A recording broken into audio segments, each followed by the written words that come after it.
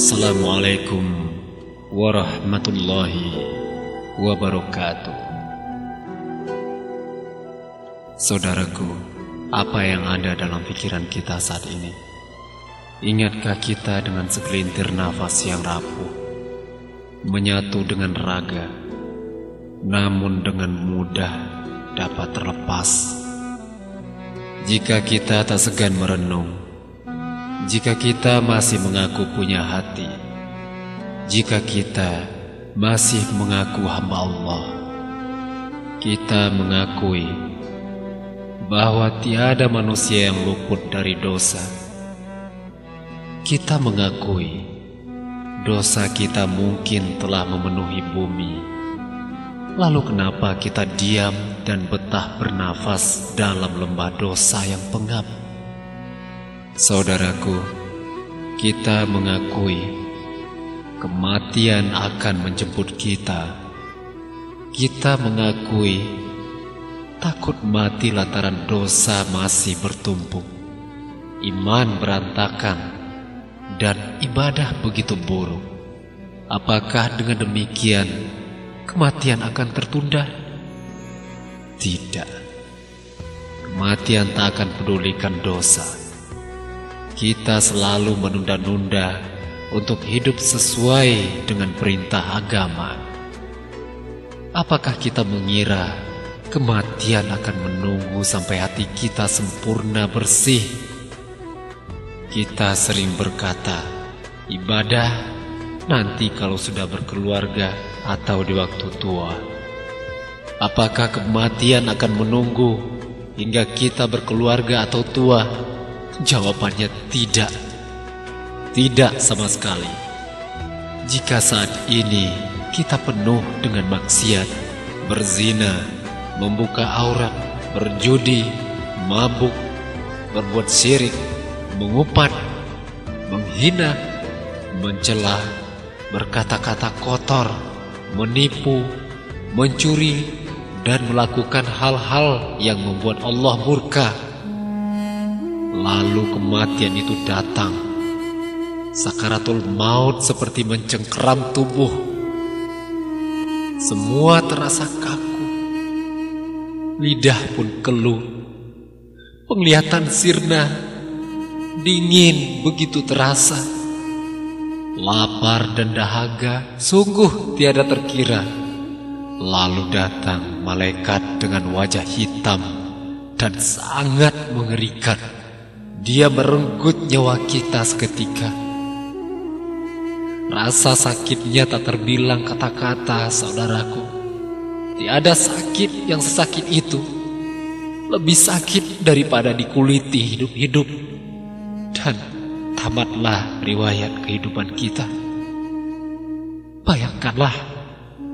Bayangkanlah, kain kafan itu membungkus tubuh kita.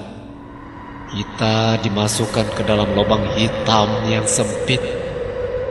Kita ditinggal sendiri. Lalu kita tersadar. Gelap yang tak terkata kita dapati. Kepengapan dalam lubang yang sempit membuat kita tak dapat bergerak.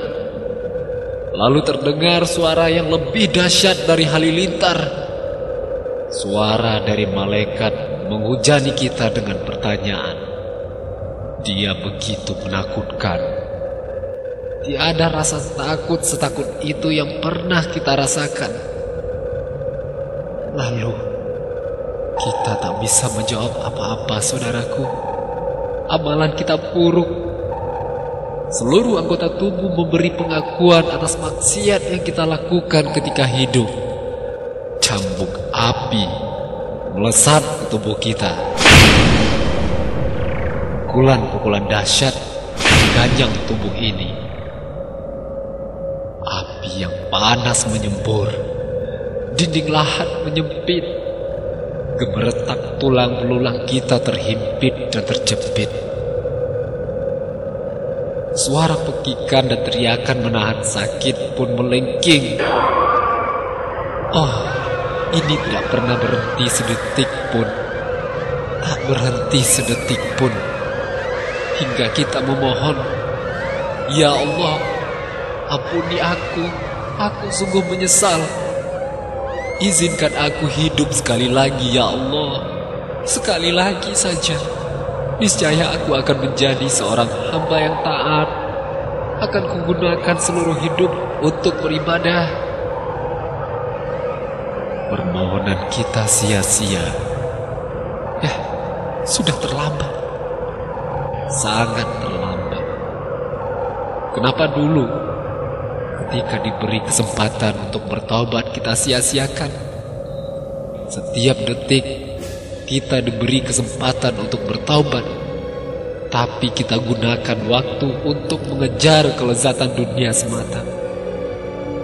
Akhirnya dunia itu menghimpit tubuh kita. Saudaraku, kita tak sanggup bayangkan kepedihan dan kedahsyatan siksa kubur. Sungguh sakit. Tiada rasa sakit di dunia ini yang dapat menandingi rasa sakit siksa kubur. Belum lagi siksa neraka yang mungkin jutaan kali lipat pedihnya dibanding siksa kubur.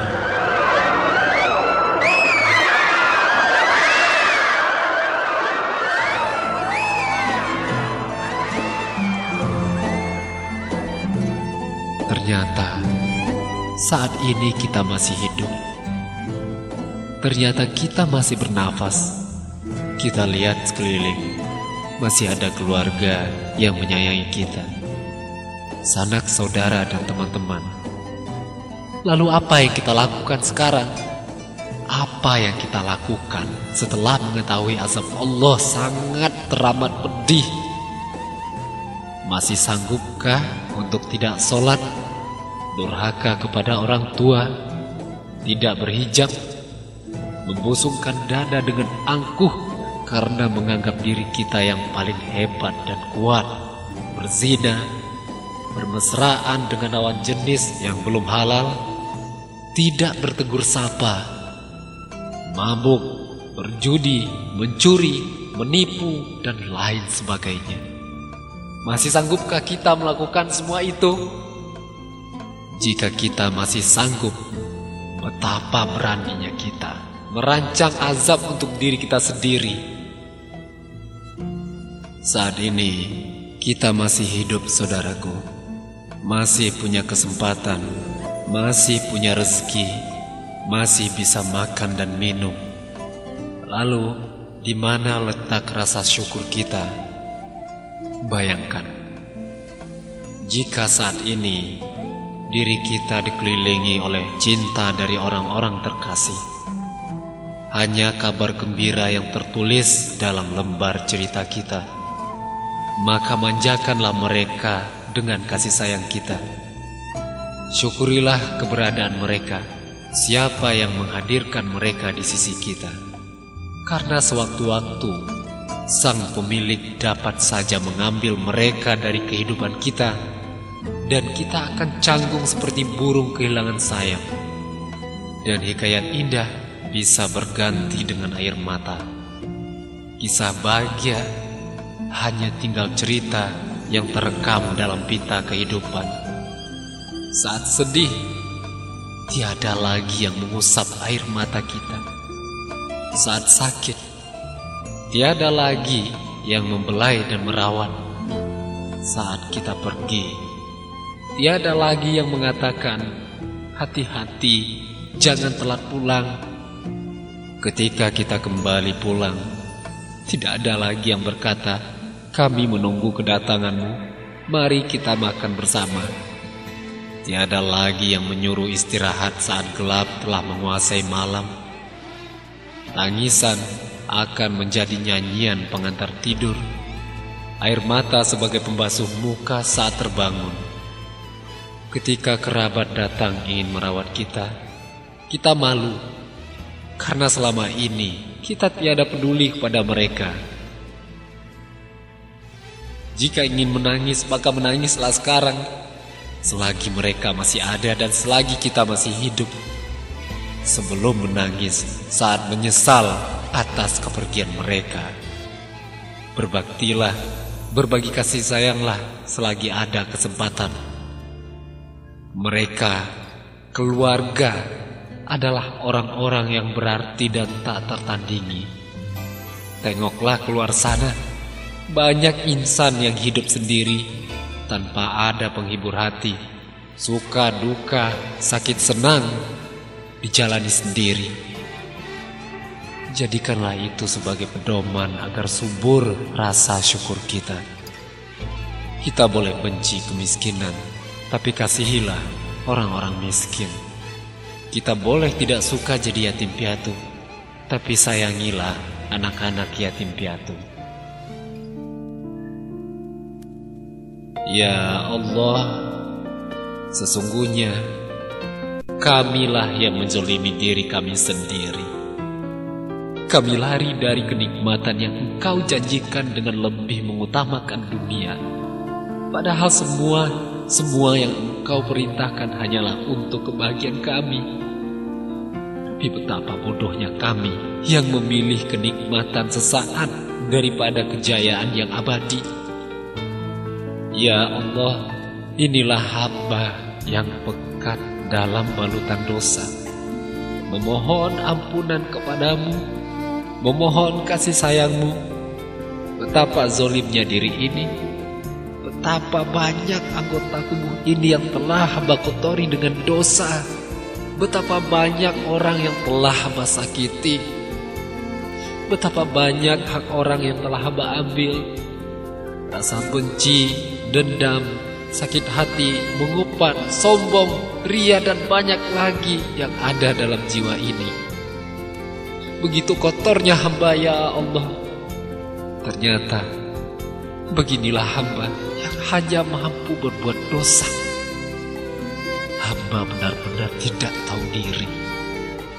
Padahal bumi ini Engkau ciptakan sebagai nikmat buat kami, tapi kami tidak peduli dengan larangan-Mu. Saat susah, kami mendatangi-Mu, menjerit-jerit memohon kebahagiaan. Setelah bahagia Engkau berikan, kami justru lupa kepadamu. Sungguh kami telah keterlaluan. Ya Allah, jangan hukum kami ya Allah. Ampunilah kami. Ampunilah kedua orang tua kami, keluarga kami, sahabat-sahabat kami. Berilah petunjuk orang-orang yang telah menzolimi kami. Haramkanlah diri ini dari siksaan dunia dan akhirat.